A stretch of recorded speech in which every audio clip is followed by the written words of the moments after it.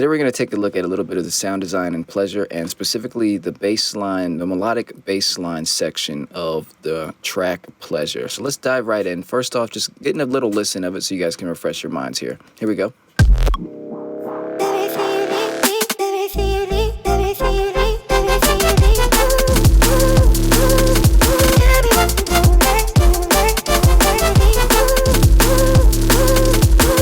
So we're going to be taking a look at all the different elements that make up this thing to make it sound full and to get it to the point of professionalism that it ended up with in the final product. And the final structure here is a little bit different in Project because I rendered out the file and brought it into another project to get the final structure down. So there's a couple different sections in here that you might not see in the commercial version. But let's open this up here and let's just take a look at, let's start by just soloing all of our different sections here so you can hear. So let's start off with the drums here and open it up for you. So here are the drums. And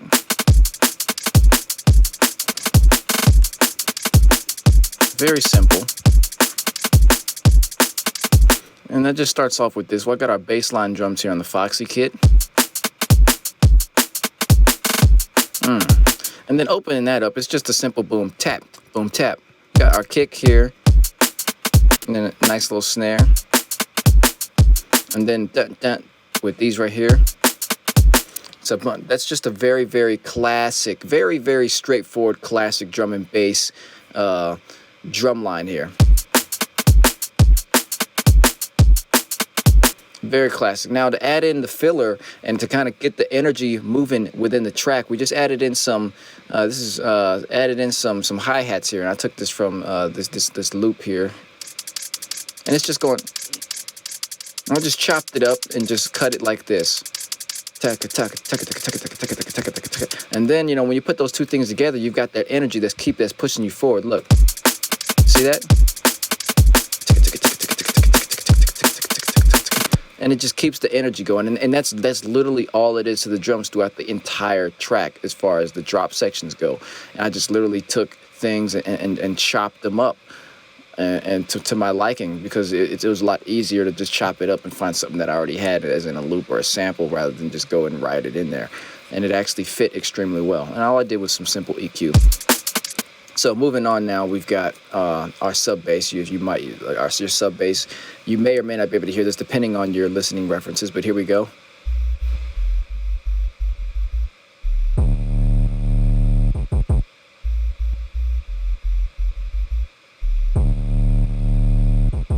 Yeah, so that and opening that up, that's like straight up sub bass with a little bit of redux on it. So I'm literally using the hip hop sub bass.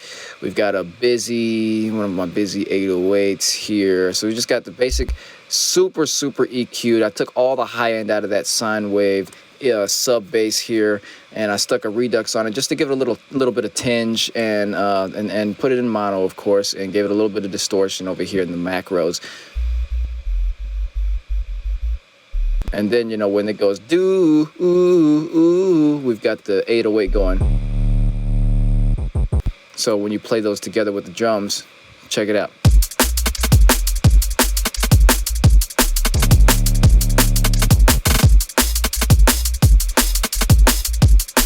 And that's pretty much it. So that's all that's going on. It's a fairly simple track, but I'm utilizing all these different elements in such a very precise, concise way that it's everything has a purpose. When things have a purpose, you don't need less is more. Less becomes truly more. So now let's just solo out our melody section here. So it has the vocals in here too. So just listen to it.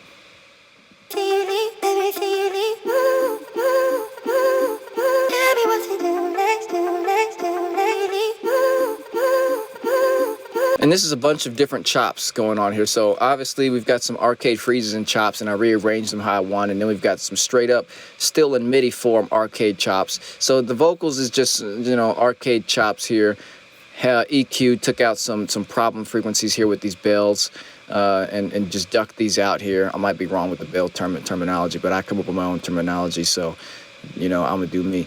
So we've got these things here. So just listen to these vocals. And there's not a lot of stuff going on in the channel per se, because this is flattened and froze. This is froze and flattened rather. So all of the processing happened in a stage that was prior to this final stage. So there's just some further EQ enhancements here to get it to the final form.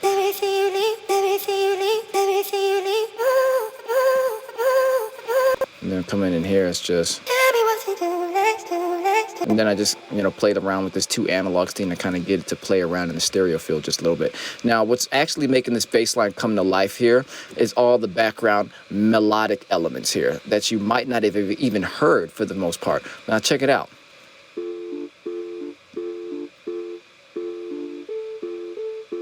Now, just listen to how this kind of plays along with the bass line later on when we get to the actual mid-range tones of the bass line, and just hear how these different melodies come into play.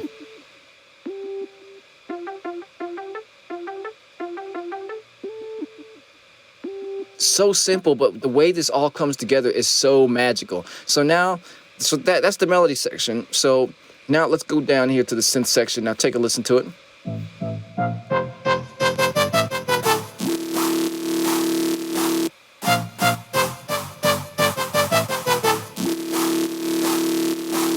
And it's probably like you probably didn't even hear the screeches infused in there in the final product, but they're there, they're right there. But with everything else going on, they really just add that bright kind of air to the final product, bring it to its final form. So let's open this up here. First thing was, we've got our screeches. This is just my Turtle Screech 34L, 34R. It's a basic kind of pop, pop. They're just popping at you. Pop, pop, pop, pop, pop, pop, pop, pop, pop, pop, pop, pop, pop. I'm just mimicking the bass line. I'm mimicking the bass line. That's all it is to it. It's extremely simple. The screeches is always in synth 1. Moving on here. What is this? Okay. So let's take a listen. Now, this is probably off. Yeah. So this is off. I didn't even use this. This is what is implemented in the in one of the other drops of the song, but we're not focusing on that today. Maybe in another video. Moving on here. So here's our actual bass line. There's a bunch of layers that I had, but I ended up only using this one layer. So here's the layer that actually ended up in the commercial version. Super simple. So taking a look at how this thing is going in here. It's just Serum. This is my drop that bass. DB harmonic bass. It's extremely simple, just 2 oscillators, of course, with an MG low 12 going on here. Well, it's a low pass filter. But most of the stuff that's going on here that's forming this is in our LFO1. So if we go ahead and play, I'm not going to play because I don't want to mess it up, but it's just forming this envelope here, this envelope within the LFO to kind of give it that woomph, woomph, woomph sound here, which is just something just bringing it back. If you wanted it to be a sustain, you kind of bring this up, but I want it to die out. I want that release and sustain, and then the K, as we would call it, to be really sharp. So when it plays, it goes whoomp. You see how it's going down whoomp, and the end is the So if we played it in MIDI, look, it's playing on quarter notes. Let me get over here without the 8. There we go.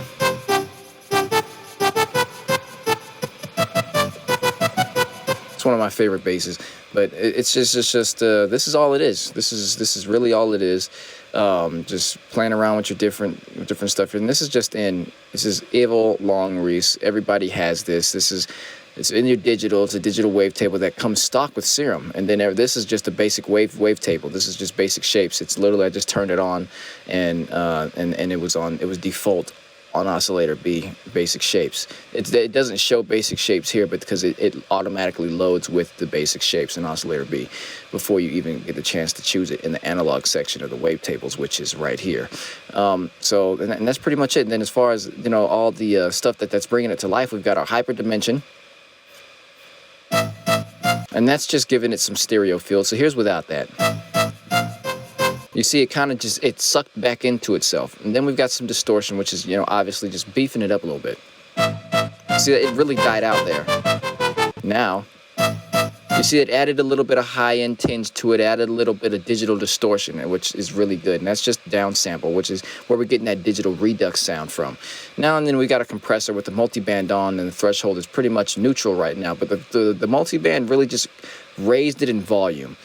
And then that was pretty much all I did with that. And so if you're really trying to get something to beef something up automatically right off the bat, throw the multiband on, throw the threshold back anywhere around from 8 to 12 o'clock. Now moving on to the phaser. It's not really playing that much of an effect in here, and it's actually pretty low. So I actually might have meant to turn it off, but this is playing around with the hyper and dimension in the phaser. It's a little bit of a combo here, but playing around with this too much, you want to either choose one or the other because it's going to really mess up your stereo field. But in this case, it kind of worked hand in hand here, but it's really low as you can see. But so let's turn it up and see the effect that was going on. You see that? It's kind of give you kind of a chorusy, phasery. It's really, really muddy in the stereo field now. You can't make out these sounds. It's not fun to listen to. It's starting to phase like we don't. So I really didn't want that. I only wanted a very, very small amount of that. So now we've got that. Now moving on to the delay. Without the delay. With the delay. You see it go dum dum bum bum bum bum. It's very, very slight. It's very slight, and you don't notice it in the overall mix. And that's just a ping pong effect where it's ping ponging within the left and right channels of the stereo field. Very simple stuff here. Moving on here, we've got the reverb, and the reverb is self-explanatory. It's just simple hall reverb with the, what is this at? It's a 20% wet, and this is just giving it some space. See, look with that. It just dies out. It has no life to it. This is very dry. This just gave it a little bit of life. It makes you feel like you're in the room with the song, and that's what we were going for. And then some basic EQ stuff that I really did most of the EQ stuff with the Ableton here, and then brought it up in the air, gave it some I don't even know why I did that right there, but it's probably just a frequency that I really liked, and I just wanted to attenuate that just a small amount. And then obviously took out the low end because this is 2 layers. So when we play this layer with our sub bass here, take a look. Now the whole thing comes together. See, it all comes together right there, and you see how where this cuts off at 88 hertz, the sub bass turns on. So at 75 hertz. So there's a little gap in there of no frequency, but that's by design. But you see how the mid-range really comes to life when you add these 2 layers together. It's meant to be played on large sound systems, all right? That's where it's meant to be played. That's why there's not very much emphasis on all these filler sounds to make it sound good on a phone or on a laptop, because when you hear this in the club, I want nothing interfering with this low end and nothing interfering with this mid-range. So it's just extreme. I kept it extremely simple. And the kick drum of the track really takes it home with that, because the kick drum still has that low end to it that is going to come through on all your different listening forms.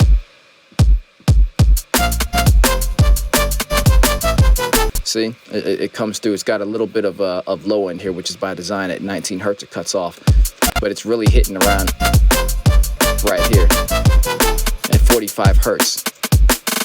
So it's just above where all that sub is, so it's able to cut through without, interfering and making anything muddy, which is nice. Now, take a look at all the other layers here. When I talk about less is more, and you want your most precise, concise ideas coming through. And there was 2 other layers to this bass line, but I decided to keep them off because they just weren't. It was counterintuitive to the track. So take a listen to these. I was trying to use some of these sounds. This is my man-eater bass, and then we've got this one here.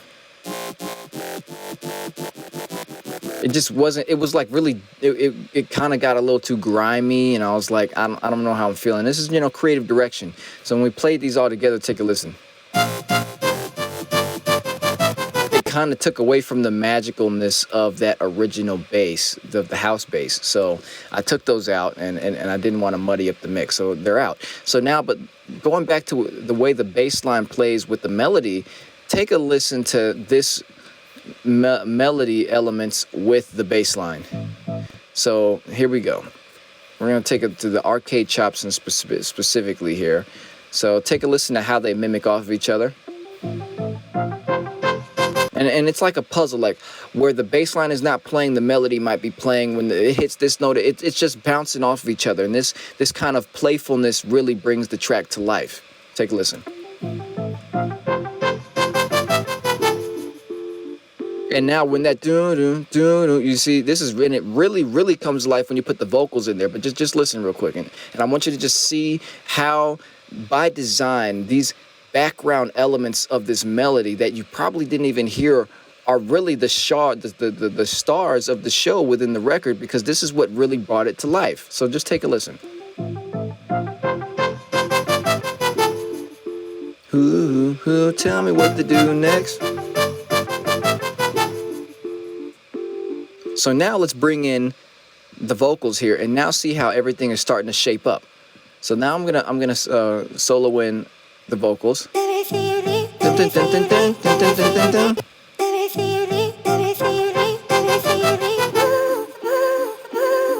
hear that? You hear that? I really mimic these sounds, these chops that go with the vocals.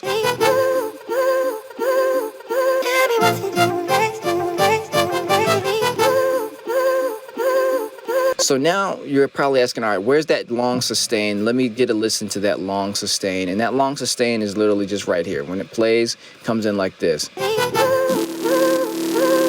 And that's just my man-eater bass. I actually use this in our song, The Beast. This is a different version. This is the G stretch. Let's see. Which one is it? This is the swag. So this is the exact one I used in The Beast.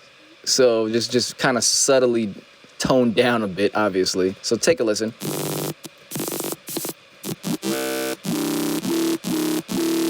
That's the note right there. And I've got it sustained, which is going on, created in this LFO section. It's got, you see how it's going like this? Take a listen to what this does. It's hard for me to explain, so I'm gonna move this LFO around and you'll see how it changes the sound. This gives it, moving this makes it take longer to get to its highest volume level and its highest kind of attenuation. So if it's right here, it's gonna go wah really fast like this. Look, it's gonna, damn, if I can move it back, geez. All right, there we go. So if I move this back, you see it gets there faster. And now it takes longer, you see that? And it's same thing, watch the filter over here too. See, it takes longer with it. And now it's good. And then it dies out here, and it dies out here because I was never playing the sustain that long, so I didn't need to bring it all the way, because we're playing at a 4-bar. We're playing 4-bar, 1, 2, 3, 4, 1, 2, 3, 4, 1, 2, 3, 4, 1, 2. That's a 4-bar. This is a extremely long sustain. Now everything else I'm using, this is in the digital. This is the Debussy wavetable. This is stock with Serum. This is stock. I'm not using anything special. I'm just going in here and using the tools that everybody has available to them. And it's got a high pass 12 filter with a little bit of resonance on the cutoff here, and that's why it's giving it that real harmonic. So take a listen. Without this filter, the harmonics are lost a little bit. It doesn't have that zoom, like the sweep in. Look, you see it sweeps in. Without it, it's just really straight.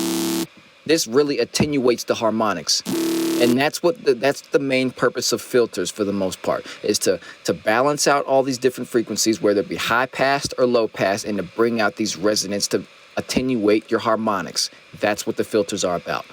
And then in here, just creative direction, choosing where I wanted the wavetable position to be. As you can see, this is a 3D representation of your wavetable.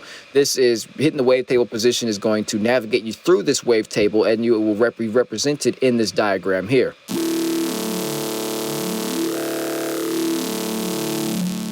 So I wanted to play it right about here, probably. Yep, I wanted to play it right there because it sounded the nicest for the track to me, right there. And then I'm choosing just FM from B, and oscillator B is actually off. That's, look, and see, now you can definitely hear where the beast is coming in. That's the beast notes right there. But I turned that off because I wanted what was behind that, which is a really nice, smooth digital sound, which is this. You see that? Now we turn this on. Now you're getting into a little harsher element here, but we were like, I want this to be smooth, and that's what we got here with the Debussy wavetable, and that's pretty much all the stuff behind it. It had some sub in there, but obviously we EQ'd it out over here, attenuated a harmonic that I really liked right here, and gave it some air, and that was pretty much it. And then as you know, there's an 808 that's mixed in here, which plays the low end to this, so that sub oscillator in Serum is not needed, because the 808 plays it here. See that? See? And it's just simple, playing in the key of D, I'm pretty sure. Pretty sure that's in the key of D. I don't know, keys, I don't, who knows? Who cares? But yeah, that's the sustain. So now that you see and have seen and have heard all these different elements, now listen to the whole thing again and see if you can, you know, pick out any of these sounds here and kind of just have a better understanding of everything that's going on here. So here we go with the vibe switch.